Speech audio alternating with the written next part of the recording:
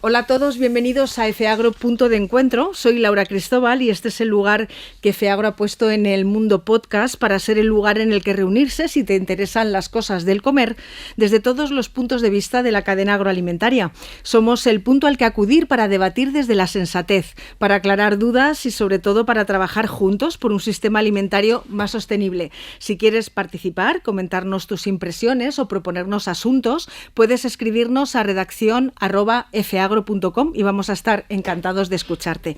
En esta vuelta al cole de septiembre traemos novedades y es que abrimos Punto de Encuentro a conversaciones sin prisa, a que nos ayuden a entender mejor el sistema alimentario y el sector agroalimentario y las personas que lo sostienen. Y nos estrenamos con una persona a la que admiro mucho, de la que aprendo mucho y que espero que hoy comparta con nosotros su visión de la empresa, de la cadena alimentaria y de la actualidad. Es Tomás Pascual, el presidente del Grupo Pascual, ingeniero industrial de formación y al que le doy las gracias por acompañarnos. Pues buenas tardes o buenos días, depende de cuándo lo esté escuchando la gente. Exacto. Muchas gracias por invitarme y bueno, una muy buena introducción. Sobre todo me ha gustado una cosa que has dicho desde la sensatez. Yo creo que hoy en día en todos los debates y en el mundo agroalimentario, que está muy de moda, hay que poner un poco de sensatez a esos debates. Hay que, se dice la palabra y no quiero matizar desde un punto de vista negativo, despolitizar y hablar de los hechos, de lo que ocurre y de lo que interesa a la gente. Sí, yo creo que en FEAGRO nos diferencia muchas cosas y esa es la básica, que lo que hacemos es tratar las cosas con un poco de cabeza y de sentido común. Pues muchas gracias. Te leo mucho por LinkedIn, es decir, he de confesar, leo muchísimo tus posts, me gustan, y he leído uno en el que comentabas que uno de los aprendizajes que habías tenido de tu padre, de Tomás Pascual, del fundador de la compañía, de la empresa, era asegurar el legado, ¿no? Entonces ese concepto me parece muy interesante y para los que nos escuchan y no conocen bien el Grupo Pascual o la compañía como tal, ¿cuál es el legado de la empresa? Bueno, es verdad, hay dos palabras que utilizo. Una que utilizaba más en referencia a mi padre, que es trascendencia, y otra que utilizamos más en referencia a la siguiente generación, que es legado. Digo esto porque la palabra trascendencia es quizá la que explique mejor. Al final mi padre, cuando él decide hacer el proyecto de empresa, él tenía en mente, bueno, no solo tener una contribución a la sociedad, sino que esa contribución a la sociedad desde el punto de vista de trascendencia le superase en el tiempo, es decir, que no acabara con él, es decir, que siguiera, montar algo que siguiera funcionando per se, y además, en ese sentido, que le trascendiera el tiempo, pero que fuera algo importante. Es decir, entonces, cuando nosotros empezamos a darle vueltas a esa idea de trascendencia para la tercera generación, perdón, la segunda generación, la tercera respecto a mi padre y sus hermanos, ¿qué significa esto? Pues es la palabra legado. Nosotros heredamos algo de nuestros padres, un proyecto, un compromiso, y nosotros tenemos que ser capaces de enriquecer lo que hemos heredado para que trascienda, en ese sentido, llegue a las siguientes generaciones, a las que vienen detrás de nosotros, con un valor añadido y que siga continuando y que va más allá de la propia persona, en el caso de mi padre, o de nosotros y de nuestra presencia en este proyecto empresarial. Eso en la empresa familiar es muy normal, porque generalmente los empresarios familiares, cuando empieza una familia, la idea es que esto perdure. Es decir, hay una doble idea que decía otro gran empresario, él hablaba de la eternidad, es decir, él cuando hacía las cosas era para que fueran eternas, es decir, que no solo las iniciaba y que cuando él no estuviera desaparecieran, y luego él hablaba del monopolio, y las hacía para que tuvieran una importancia absoluta, es decir, bueno, nosotros no aspiramos ni a la eternidad ni al monopolio, pero sí que para que lo que nosotros hacemos, mucho o poco, tenga impacto en las personas, siga teniendo impacto más allá de nuestra propia acción y además sea importante.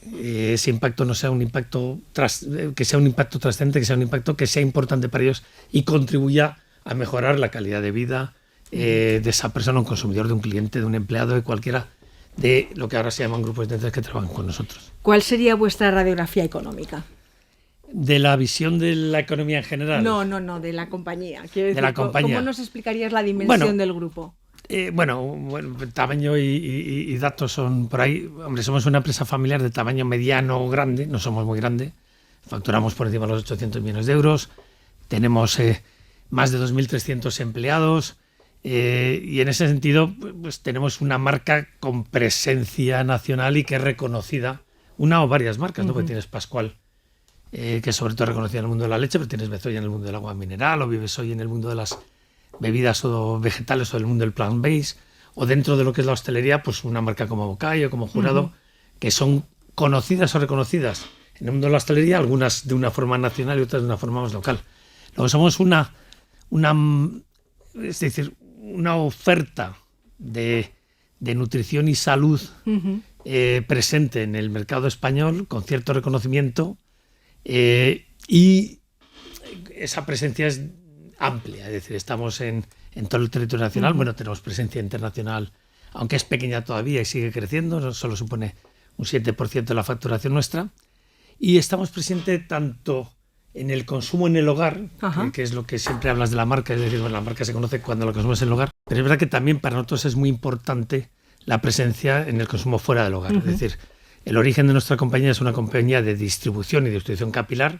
Al principio lo que hacíamos era vender productos de alimentación en la hostelería, pero con la compra sobre todo del café de Mocay, lo que aprendes es que el mundo de la hostelería es algo más que productos, es valor, propuesta de valor y es servicio. Y entonces lo que trabajamos mucho también es el mundo de la hostelería desde el punto de vista de ofrecer valor añadido para que nuestros clientes puedan ofrecer ese valor añadido y ofrecer servicio para que ellos puedan dar un mejor servicio a sus consumidores. Y es muy importante para nosotros. Y si decimos en líneas generales, el 50%, un poquito menos, de nuestras ventas están en el hogar, en el retail, más en la gran distribución, y un poco menos del 50% también están en lo que es la distribución capilar, en el consumo fuera del hogar.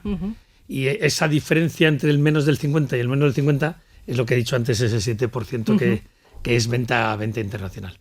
Tenemos una presencia en el consumo de España importante tanto en el hogar con nuestras marcas como fuera del hogar a través de nuestra distribución de la hostelería y distribución capilar. Justo al mencionar la hostelería, quería que hiciéramos una reflexión porque, claro, venimos de un momento de pandemia en el que la hostelería, por supuesto, se mantiene cerrada por decisión global, pero también guerra de Ucrania, incremento de los insumos y de los costes, inflación alimentaria y de todos los costes. Es decir, tenemos un panorama geoestratégico, político y económico como para no perder coma, ¿no? ¿Cómo lo veis? Yo voy un paso de atrás para adelante. Yo creo que cada vez más en el mundo empresarial y en la vida en general, la incertidumbre, los cambios, las sorpresas, estos cisnes negros que se mencionan por ahí van a ser más frecuentes y por tanto nos tenemos que acostumbrar a dirigir desde esa capacidad de reaccionar rápidamente a lo que ocurre, pero yo creo que para poder reaccionar rápidamente a lo que ocurre y hacerlo bien hay que tener una idea clara de dónde quieres llegar, hay que tener una visión empresarial importante. Y tienes razón, yo siempre cuento, desde que falleció mi padre en el 2006, yo he vivido, bueno, aunque no es general, más un tema interno, un crecimiento desmesurado con una deuda desmesurada que tienes que un poco adecuarte a esa necesidad y ajustar deuda. En el 2007, finales de 2007-2008, lo que iba a ser algo que hemos vivido ahora, pero fue una inflación en el mundo de la leche tremenda, pero que duró muy poco, duró año y poco. Después en el 2008 la crisis que hemos vivido, que además en el 2011, pues cuando parecía que ya tenía que estar acabando, se recrudece. Hemos tenido una serie de años, 2014 al 2019, más o menos tranquilos, donde hemos podido trabajar, pero es que te llega el 2020 y te llega el COVID, y cuando ya parece que sales del COVID y empiezas a recuperarte, o por lo menos la parte de hostelería, como dices tú, a nosotros nos cayó muy fuertemente. Parte de las ventas las recuperamos en el hogar, claro. Pero nunca compensaban. Si he dicho antes que nosotros casi un 50% de nuestras ventas era distribución capilar, y de esa distribución capilar la hostelería y la hostelería organizada se paralizan, estamos 2 meses que no vendemos ese 50%, casi nada. Va recuperando poco a poco las ventas a medida que se va abriendo, pero se abre, se cierra. Cuando ya parece que estás empezando a recuperar esa situación, pues te llega una inflación, que la primera parte de la inflación es como consecuencia precisamente del COVID. La gente empieza a consumir más. En el COVID todos paralizamos nuestra actividad industrial. Luego no hay tanto capacidad o productiva o de transporte, pues ahí hemos vivido muchas cosas, o energética para suministrar, y tienes esa iba a decir, inflación de demanda, pero es que cuando parece que ya esto empieza, te viene la guerra de COVID, perdón, la guerra de Ucrania, al poco tiempo todavía no te has recuperado de eso, te viene una huelga de transporte. Sí, que paralizó logísticamente. Con lo cual, brutal. Bueno, en el fondo hemos tenido que adaptarnos a las circunstancias. Uno, el incremento de costes ha sido tal que obviamente hemos tenido que, entre comillas, manejar los precios para que por lo menos la empresa no desapareciera. Es decir, es verdad que en toda la cadena de valores, ya no solo meto la industria, meto el ganadero, que lo sufrió mucho más al principio, o el retail, hemos intentado que esa subida de costes o tuviera el menor impacto posible en el consumidor, porque al final, claro, suben mucho los costes. El poder adquisitivo del consumidor no sube tanto, porque el incremento salarial, aunque ha subido, ha ido por detrás y no de la misma forma que ha subido, pues intentas ajustarlo, ¿no? Y bueno, llevamos un año 23 que nos estamos ajustando, es decir, inicialmente los costes parece que no son más. Siempre hay elementos como en el aceite de oliva, es decir, pues el mercado depende de la naturaleza y si el año pasado hubo sequía, pues no hubo aceite de mala calidad y poco. Este año pues vuelve a haber problemas, luego llueve, al final recuperas volumen pero te falta calidad. Hay que pensar que en el mundo agroalimentario la incertidumbre al margen, es la norma. Sí, es la norma. Y al margen yo hablo de una inflación de demanda, luego una inflación de oferta, porque viene la guerra de Ucrania y no hay trigo de Ucrania o de Rusia, o no hay fertilizantes de Rusia. Pero es que también los mercados globales intervienen, es decir, y el aceite no tiene nada que ver ni con la inflación de demanda del después del COVID, tiene que ver con los mercados. Y a nosotros lo vivimos, nosotros en el café, pues de repente la cosecha del café es muy buena, pues oye, pues baja el precio del café. La cosecha del café es muy mala, pues el precio del café sube. Y factores que están ahí y que son difíciles de controlar, como es la especulación. Hay mercados agrícolas, sobre todo mercados globales, donde hay operarios que lo que deciden es: voy a gestionar yo ese arbitraje de precios y ayudo a que ni los precios suban tanto ni bajen tanto, pero yo gano dinero en ello. Y a veces pues te influye los precios. Voy a poner este ejemplo del aceite, pero pongo el de la leche. El de la leche, se habla mucho que ha subido mucho el precio de la leche. Y es verdad que aparentemente al principio subía porque subía mucho bueno, primero que había que recuperar al ganadero por la situación que estaba viendo, luego que subía mucho el coste del cereal o de la materia prima, de los piensos y los fertilizantes, la energía, etcétera. Pero hay que decir que el precio de la leche, realmente la subida importante viene por los mercados internacionales. Es decir, si al final el gran operador que marca el precio internacional de la leche, que es Australia o Nueva Zelanda, produce poco, pues entonces el precio de la leche sube. Si produce mucho, baja. Si Rusia consume mucho, pues el precio sube. Si Rusia consume poco, baja.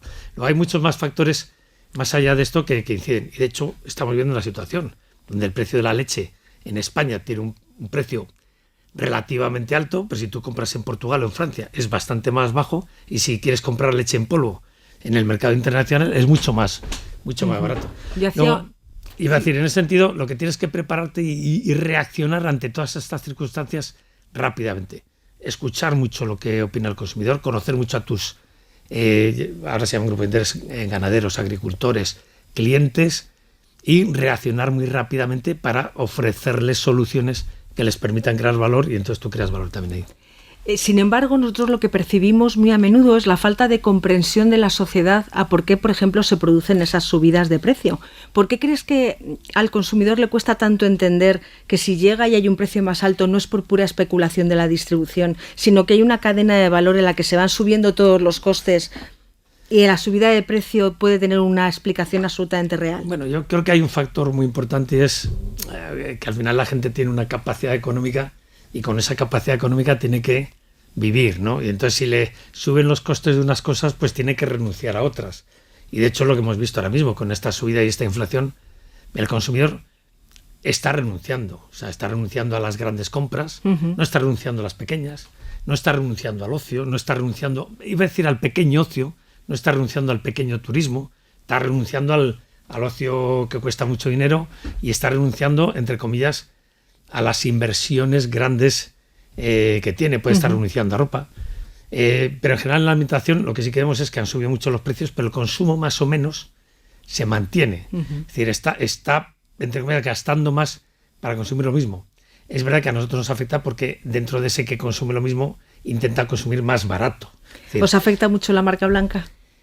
Hombre, mucho. Es decir, a nosotros nos ha afectado principalmente en algunos productos la derivada hacia productos más baratos, y puedo decir agua mineral, pues agua del grifo. Y obviamente en el caso de la leche, que es un producto muy básico, pues si nuestro precio es más alto, y aunque la gente pueda valorar la diferencia de calidad, dice, oye, si yo tengo una capacidad de compra tal y solo me puedo gastar esto, pues ya me gustaría gastarme en este producto, pero me compro esto que a lo mejor no es exactamente igual, pero me cubre mis necesidades, ve que es más barata. Y la marca La Blanca ha crecido mucho, obviamente, y la marca Blanca pues tiene un panorama de desarrollo y crecimiento importante. Es decir, y las empresas podemos competir intentando abaratar costes y ajustar algo precios, ¿no?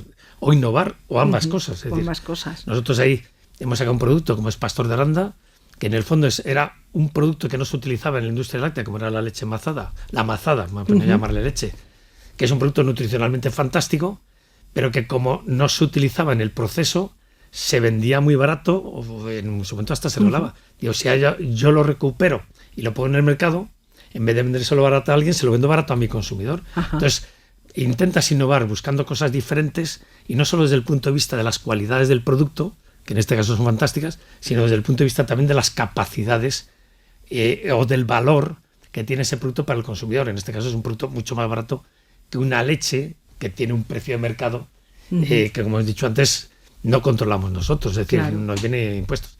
Y esa es la primera parte. El consumidor al final gasta en lo que puede, y claro que le gustaría gastar en cosas mejores, ¿no?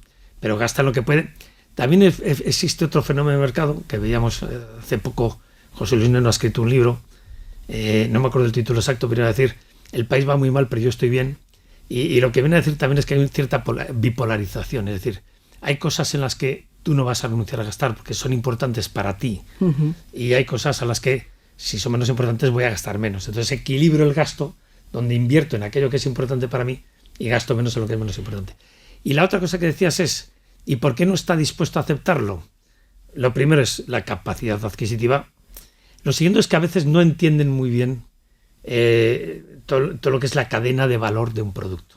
Es decir, porque a veces es muy difícil entender que si un kilo de tomate al agricultor cuesta X, que la distribución lo venda 3 veces o 4 veces más caro. Y pues hay que entender el proceso productivo. Que es verdad que el agricultor es una persona y tiene que invertir en la semilla, y tiene que trabajar el campo, y tiene que hacer un regadío, y tiene un esfuerzo. Pero es que una vez que se recoge, eso hay que transportarlo, hay que seleccionarlo. Una parte importante de esa producción no se puede vender, hay que llevarlo luego a un centro de distribución, y de ese centro de distribución hay que llevarlo a una tienda, y en la tienda lo ponen a ti para que tú puedas acceder a él, y lo ponen de una forma bonita, y al final hay muchas personas. Es decir, el trabajo de un agricultor o de un ganadero, que puede estar acompañado por alguien más, luego le añades coste de transporte, más mano de obra, más manipulación. Y al final te dices, oye, ¿cómo esto cuesta tanto más? Y digo, hombre, porque hay un valor añadido, hay gente que está trabajando y hay gente que está ganando dinero y hay empleo detrás de esto y hay actividad detrás de esto que es importante. Entonces, al no entenderlo, a veces puede pensar que hay cierto abuso y se revela frente a esta situación. Yo creo que un ejercicio que tendríamos que hacer nosotros es explicar mejor toda esta cadena de valor en el mundo agroalimentario, donde todos sumamos y al final sumar significa también que todo tiene un coste, y al final eso hay que pagarlo, ¿no? Claro. Decías y planteabas que lo importante era ver la necesidad del consumidor o su decisión y responder lo más rápido posible. Yo reflexionaba que está habiendo un cambio del consumidor absolutamente sociológico, pero por la pura evolución de la sociedad, más hogares monoparentales, son más personas que viven solas, un envejecimiento que requiere alimentos a lo mejor funcionales si hay patologías, pero es que la pandemia ha venido para sumarse a todo eso y ya cambiar totalmente los criterios de compra, desde la compra online, desde que ya vayas todos los días y compres poquito a poco y desaparezcan los hipermercados, que ya es una fórmula en remisión. Es decir, es como una ruptura de todos los esquemas que teníamos de cómo conocíamos al consumidor. Bueno, lo que pasa es que yo siempre distingo, iba a decir 2 situaciones, voy a decir 3. Una, las grandes tendencias, cosas que están ocurriendo a una velocidad más o menos razonable. Hablamos de la sostenibilidad, hablas de la salud. Pues claro que hay fenómenos como el veganismo, vegetarianismo, no sé cómo definirlo. Sí, y son cosas que ocurren porque hay gente que, desde el punto de vista de sostenibilidad, por el animalismo que hay o entender que puede haber una situación de animales, o desde el punto de vista de la salud, porque piensas, oye, tengo que tomar menos proteína o más, lo que sea, pero son tendencias que ocurren, que pueden venir esas, o de sostenibilidad, ¿no? Es decir, lo que pasa es que esas tendencias van poco a poco y hay que ir adaptando toda la cadena de valor a esa situación. Uh-huh. Y curiosamente a veces pienso que van mucho más rápido las empresas, o los políticos en esa legislación, intentando adaptar las circunstancias al consumidor, que el propio consumidor. Yo sí que creo que hay que adaptarnos. Hombre, al consumidor hay que animarle, pues si es bueno para la sociedad, es bueno para el consumidor, pero también hay que llevarle de la mano. Y en ese sentido, esas tendencias están. Luego te ocurre como el COVID, es decir, que hay cosas que te trastornan completamente y te alteran mucho. En el COVID ha habido cosas como tú has dicho el e-commerce, la venta online, pero ha habido cosas también como el home delivery. Sí. También es verdad que cuando hemos salido del e-commerce por otros motivos, el home delivery se ha paralizado un poco porque la gente quería salir, en vez de llevarte las cosas, quería salir de casa. El e-commerce se ha paralizado un poco. ¿Significa esto que estas tendencias no, lo que significa es que hay circunstancias que alteran ese camino lento y que hacen que temporalmente vayamos a otra circunstancia, pero yo creo que eso acabará llegando.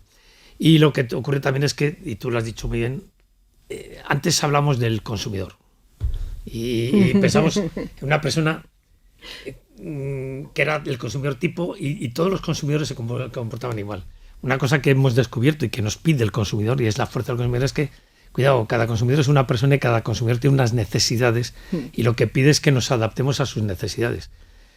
Hombre, en el mundo de la empresa intentas segmentar, intentas desagregar lo máximo posible a ese consumidor, pero también limitar pues, claro, un producto, si tú produces para cada uno, el coste sería altísimo, la ineficiencia es altísima. Yo tengo que intentar agrupar de una forma que tenga una eficiencia y resuelva esos problemas.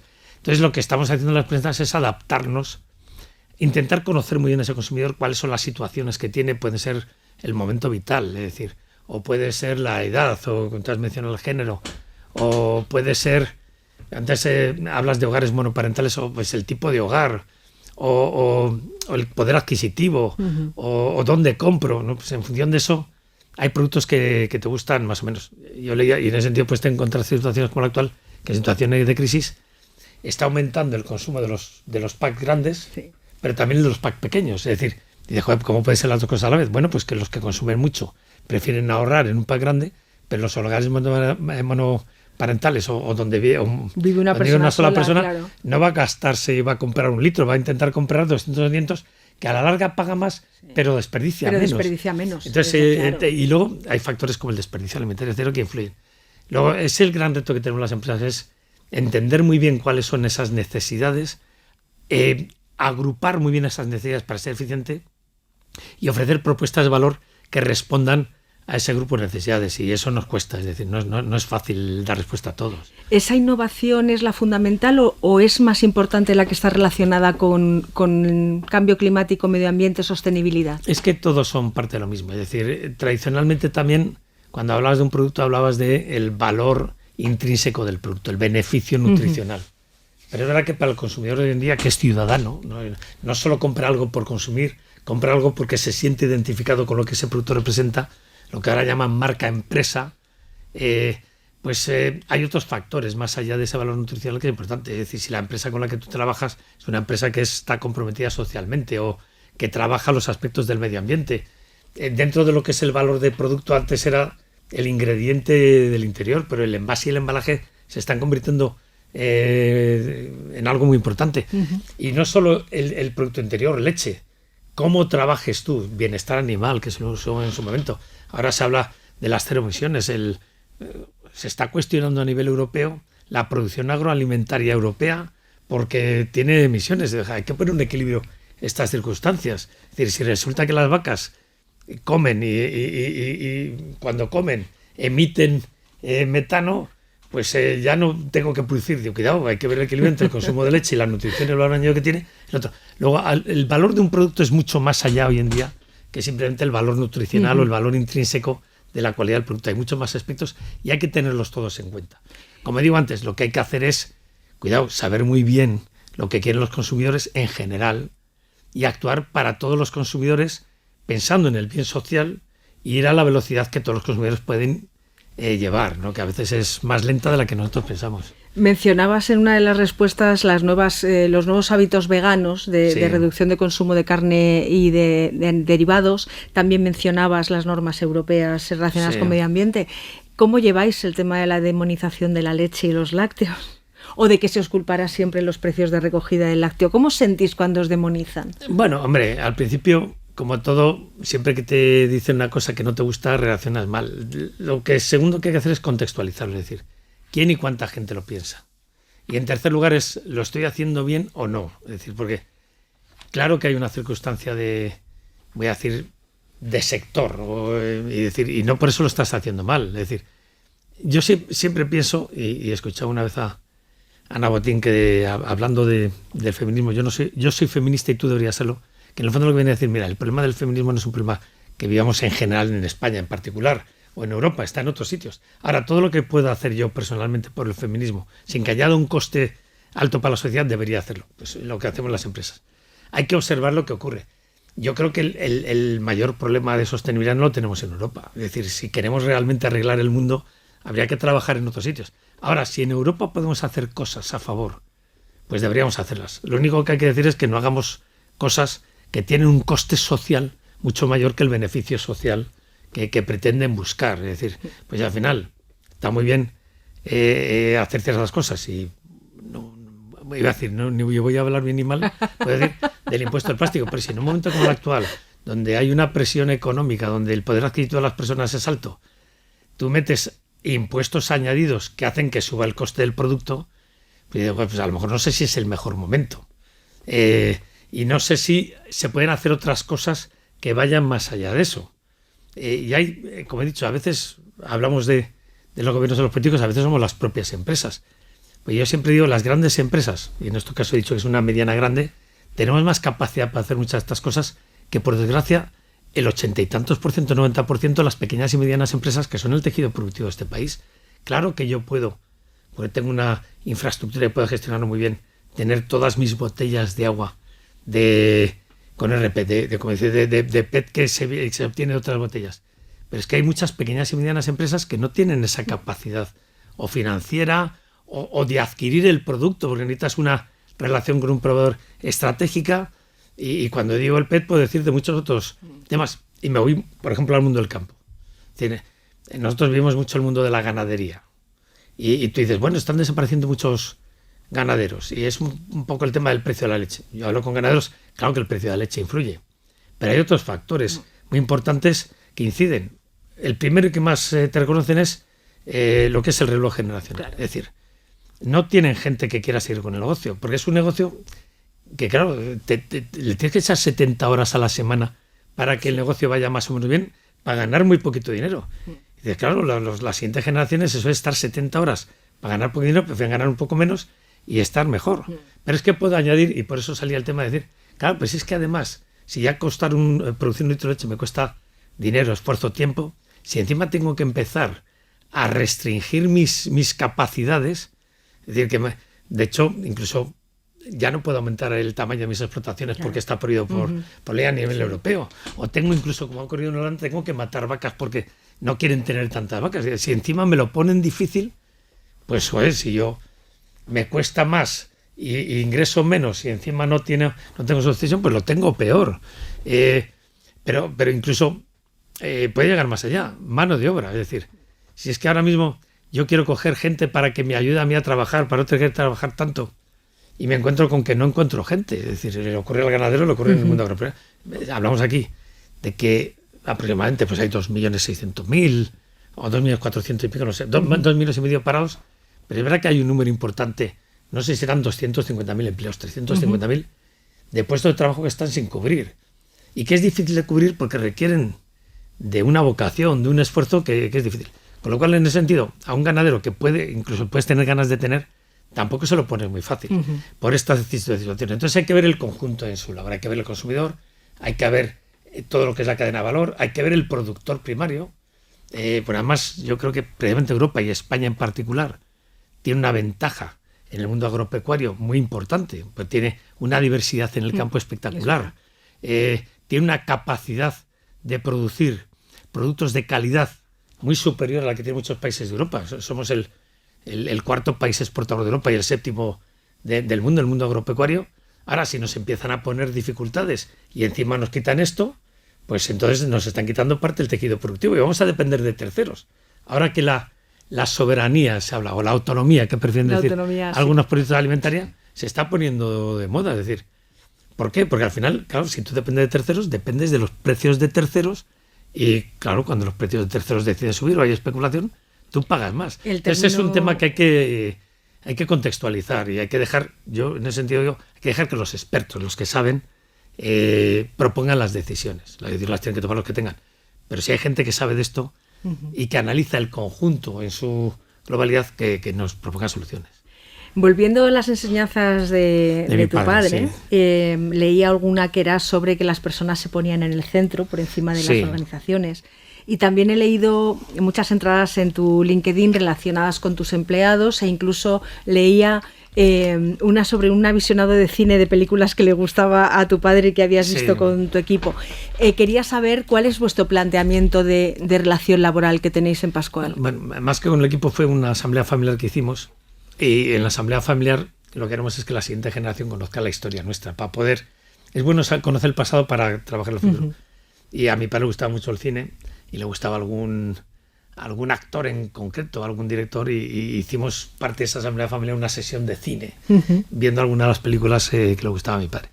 Pero volviendo al tema de personas, y tiene que ver con esto, pero al final mi padre es una persona... Hay una frase, voy a dar un paso atrás, que dice: dame personas comprometidas y contentas y te traeré clientes satisfechos. Es decir, al final todo el negocio, toda la empresa se basa en las personas, es decir, las que hacen el trabajo. Tú puedes tener muy buenas ideas, pero al final para poder llevar a cabo muy buenas ideas necesitas personas que trabajen, entre comillas, alineadas y que estén alineadas con el proyecto que tú tienes. Luego, el trabajar con las personas es lo esencial, mucho más importante que tener buenas ideas. Y en ese sentido mi padre lo sabía y lo ha actuado siempre. Por eso él dice que una empresa vale, no sé si es una frase suya, pero decía mucho, una empresa vale lo que valen sus personas. Al final, el mayor activo que tiene una empresa es el talento de las personas que tienen. Ahora sí, un talento comprometido, un talento orientado a la relación, a la consecución de los objetivos de la empresa. Y eso mi padre lo quería y nos lo ha transmitido a todos los demás. Y en el caso de las personas, yo creo que los valores más importantes es la cercanía, estar cerca, saber lo que piensan, lo que ocurren, ayudarles cuando tienen problemas. Y esa cercanía también significa involucrarles, como he dicho antes, en el proyecto, hacer que el proyecto sea parte también de su vida, que sean felices haciéndolo también. Y a veces la palabra felicidad suena de una forma muy ambigua y muy general, pero es verdad que eso lo decía, si una persona está contenta y se compromete más, trabaja mejor y el resultado mejor. Es lo mismo que decíamos con el bienestar animal. Pues una vaca feliz da mejor leche. Pues no pretendo comparar las vacas con las personas, pero una persona que le gusta, que le apetece ir al sitio de trabajo, porque tiene unos compañeros buenos, donde le tratan bien, el respeto es algo esencial, donde está a gusto, pues al final, ya no digo que esté más horas, que hoy en día el trabajo no depende del número de horas, pero al final da más, y que es un poco nuestro lema, al final es dar lo mejor. Lo que tienes que conseguir es tener personas que estén dispuestas a dar lo mejor suyo, ya no por la empresa, porque hay que ver, y uno de los factores que tienen las personas, que ya no solo trabajan por un salario, ni siquiera trabajan por un proyecto, una promoción. Hay un compañero de la casa que ha hablado de las 3P, ¿no? Pasta, proyecto, promoción. Yo añado una cuarta P, que es propósito. Es decir, hay mucha gente que también trabaja de decir, oye, yo quiero que mi trabajo sea trascendente, es decir, que lo que yo hago contribuya a la sociedad y además que sea entre comillas, perdurable, ¿no? Pues eso también lo tienes que tener. Entonces, si tú las tratas bien, tienes proyectos interesantes, pues al final la gente se compromete y da lo mejor, es decir, y es lo que esperamos todos. Pues espero ser buena alumna de tu padre, porque trato de ponerlo en marcha así pues nada, en FEAGRO. No es fácil, porque las personas somos muy complejas, es decir, y igual que antes hablaba de que hay que segmentar muy bien y conocer muy bien a cada uno de los consumidores, también hay que segmentar muy bien las personas. No todas las personas somos iguales. Pero y a cada una hay que tratarla, y eso lo hacía mi padre, es que escuchaba mucho. y pasaba mucho tiempo con las personas, lo mismo que fuera un cliente, un consumidor o un empleado. Y como escuchaba mucho, sabía lo que necesitaba. ¿Y a qué hacías? Pues intentaba darle lo que necesitaba para que la persona estuviera involucrada. Yo como tengo una edad y entonces recuerdo la operización, Sí, recuerdo hombre. la llegada del Tetrabric, el primo de Zumosol, Sí. que me acompañaba al cole. ¿El instinto ahora está en las redes sociales? Bueno, yo creo que las redes sociales es un medio más, con perdón en ese sentido. Las redes sociales tienen cosas muy positivas y cosas muy negativas. Yo creo que para llegar a ciertas personas hay que estar en las redes sociales. Al final, antes hablamos de la segmentación del consumidor. Depende de las edades o depende de las circunstancias de las personas. Hay gente que sigue viendo la televisión. Hay gente que no ve nada de la televisión y todo lo ve en streaming. Hay gente que se pasa todo el día en redes sociales. También el otro día decían dime qué red social tienes y te dirá a qué generación perteneces. No es lo mismo los youtubers baby boomers que los... ya no sé, yo me quedo ahí, pues puedes ir al Twitch, puedes llegar incluso ya. Mucha de la comunicación que se hace en Twitch, ya gente, millennials, no sé si el millennial se queda en el Twitch o en el Twitter, ya me he quedado por ahí. Ya el otro día estaba hablando de la generación alfa, ya ni la Z. Le hemos dado la vuelta a la tortilla. Le hemos dado la vuelta a la tortilla. Luego, es verdad que cada generación tiene su forma de comunicarse y tiene sus medios. Y lo que tú tienes que identificar es a quién quieres dirigirte y tienes que ir por esos medios. El único problema, que es la parte negativa de las redes sociales, es que son abiertas. Es decir, están poco, entre comillas, controladas, poco dirigidas también, lo cual puede ser bueno o malo, y todo el mundo interviene. Y es verdad que la sociedad actual se fía más de lo mucho que de lo individual. Es decir, si mucha gente dice una cosa, pues se tiende a creerse más eso que si alguien, aunque tenga un nombre, te lo dice. Venía un pequeño vídeo, en este caso, pues no sé si era en Facebook, hablando de la psicología social y hablando de una carpeta que era verde, pero dice, si todos decimos que roja, al próximo que venga va a decir que roja. Y acabas condicionando socialmente. Ese es el riesgo que tenemos, que al final somos una sociedad, valga la redundancia, social. Y no queremos ser nosotros mismos, pero tampoco queremos, entre comillas, salir afuera. Y somos influenciables. Y ahí está toda la desinformación que hay. Gente con interés o sin interés. Yo tampoco quiero decir que haya interés, pero hay gente que opina y si muchos le siguen, pues acabas creando una opinión y de esa opinión acabas creando pues movimiento. Entonces yo creo que hay que ser crítico con las redes sociales, hay que escucharlas, pues la gente es parte de nuestra vida. Hay que saber, entre comillas, trabajar en ellas y también hay que poner contexto.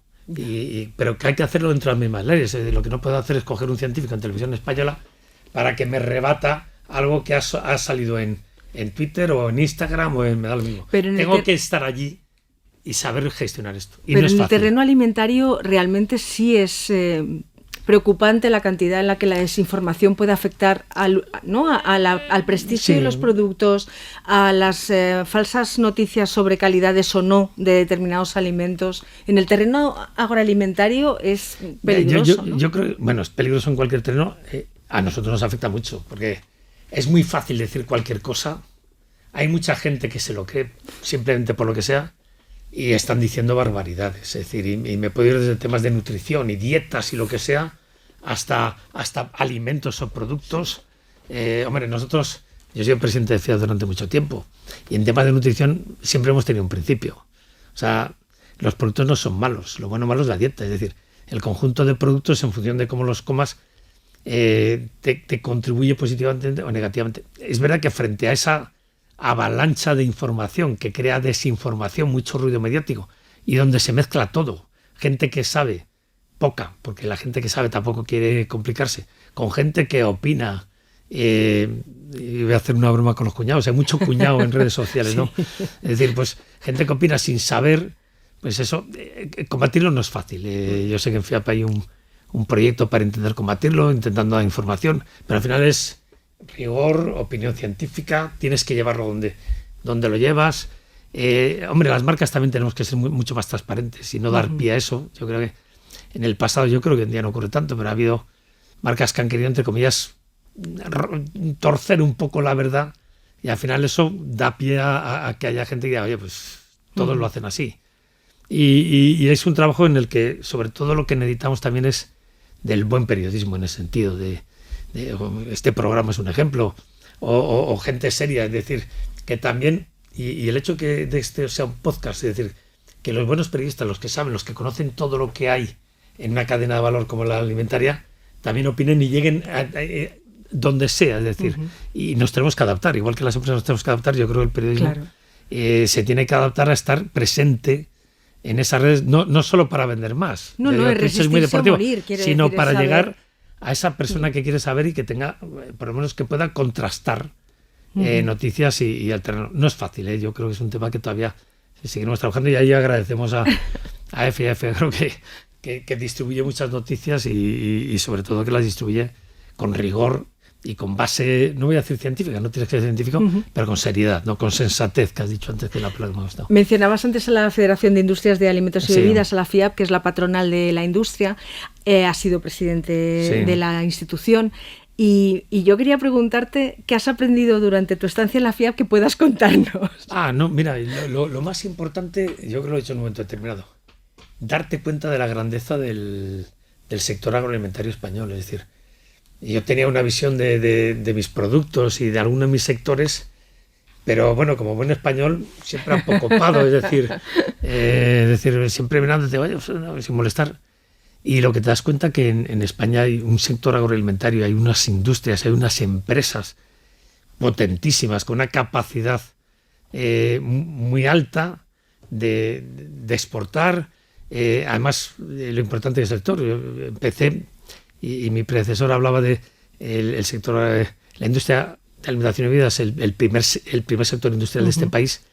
Yo salía diciendo ese sector esencial y estratégico, es decir, es que no solo contribuye a la creación de valor y de riqueza, y no nos lo carguemos, como decíamos antes, aquí hay mucho por hacer y hay mucho valor añadido porque tiene mucha calidad y mucha diversidad, sino que además es un vertebrador, es decir, es un vertebrador social, y lo vemos, ayuda mucho a fijar población y no conseguimos más, pero digamos, porque la industria está en el campo si esa pesca en el mar, pero quiero decir, y está donde ahora está empezando a desaparecer gente. Entonces, si ayudamos a esa industria, a ese reloj generacional, pues podemos ayudar a que siga existiendo una población en el mundo rural que tiene otros beneficios. Hemos hablado de los incendios y de la deforestación, etcétera. Y eso es vertebrador. Pero luego es que culturalmente es muy importante. Es decir, al final tienes este triángulo que hablamos siempre de la alimentación, turismo, gastronomía. Es que la gastronomía de este país, aparte de atraer mucho turismo o de tener unos productos que venden en España fuera, la marca España, como bien decían, es una marca que se valora mucho más fuera que dentro. Es decir, además de eso, pues lo que hace también es que nosotros nos sentamos en una mesa. Ahora hemos visto la salida del COVID, que ha querido la gente salir. Se ha ido pues de vacaciones a un hotel o se va a restaurantes. Esto va a compartir, pero no sale a comer. O sea, yo creo que la gastronomía es importante y es un factor, pero la gente que sale no va, venga, voy a probar un producto nuevo, ¿qué tal? No, va a estar con gente. Es la cultura de la socialización. Es la cultura de la socialización, ¿no? Es decir, claro. Luego es muy importante en ese sentido y cosa que aprecian los que vienen de fuera a nuestros países, ya no la gastronomía, que es muy buena, es esa forma de ser abierta, que se relaciona bien con todo el mundo, y es porque es una forma de ser. Con lo cual yo he descubierto esa gran industria alimentaria y descubres otra cosa en la industria, que la industria no solo somos las empresas, ni son los retailers, es decir, descubres la gran hostelería que tienes y el sector primario que tenemos. Es que todo esto que hacemos sin ese sector que he dicho antes diverso, es que en este país producimos muchísimas cosas y de calidad, es que lo que hacemos lo hacemos muy bien siempre. Soy española, ¿qué quieres que te gane? Pues yo creo en el mundo agroalimentario podemos decirlo con la cara bien alta. Soy español, ¿a qué quieres que te gane? Es decir, y ponme cualquiera, a un francés que exportamos con nosotros, o un italiano que lo vende mejor. Es decir, en el mundo agroalimentario. Y esa quizás ha sido mi mayor descubrimiento, lo más aprendido. Es entre comillas, enamorarme, sí que hago un poco más, ya no de mi empresa y mis productos, sino del sector. Yo me estaría horas, pero creo que me matarías tú y me mataría todo el mundo que tengo a mi lado. Y mi última pregunta sería preguntarte cuál quieres que sea tu legado. Bueno, lo he pensado muchas veces y nunca he llegado a una conclusión, porque lo voy a poner de otra forma. O sea, yo creo que las personas que mejor lo han hecho son las que cuando desaparecen no se nota su falta en ese sentido. Es porque lo han hecho también que han conseguido que la cosa continúe. Luego al final, hombre, lo que busca siempre y el objetivo nuestro es contribuir a la nutrición y a la salud y a la calidad de vida de los españoles. Luego, si cuando yo me vaya, pues nuestros trabajadores son más felices y nuestros consumidores disfrutan más de una buena alimentación en todos los sentidos, pues yo me doy satisfecho. Hay una frase que decía Ignacio Rivera de decir, y que nosotros estamos tomando, decir, yo no quiero ser la cerveza que más vende, quiero ser la cerveza que más quiera la gente, ¿no? Pues mi legado sería, mira, yo no quiero ya vender más, es decir, a mí me gustaría es que la gente cuando habla de mis marcas hable con orgullo, es decir, un poco en ese sentido, que seamos parte de la vida de esas personas y que se sientan identificadas con la marca, pero no porque vaya a dejar un euro más en mi negocio, sino porque a ellos les ayuda a vivir mejor, a sentirse mejor, es decir, que se sientan orgullosos de lo que hacen y que yo sea parte de ese orgullo. Pues se me han quedado tantas cosas que tienes que volver. O sea, bueno, que ya tenemos que ponernos a hacer agenda para seguir hablando de un montón de temas. Ha sido un absoluto placer. Te doy las gracias por venir, y a todos los que nos escucháis y nos estáis siguiendo también en vídeo, no dejéis de visitarnos en www.fagro.com. Estad atentos a los nuevos Fagro Punto de Encuentro, porque es el lugar de todos. Ahí estaremos. Muchas gracias. Muchas gracias a ti.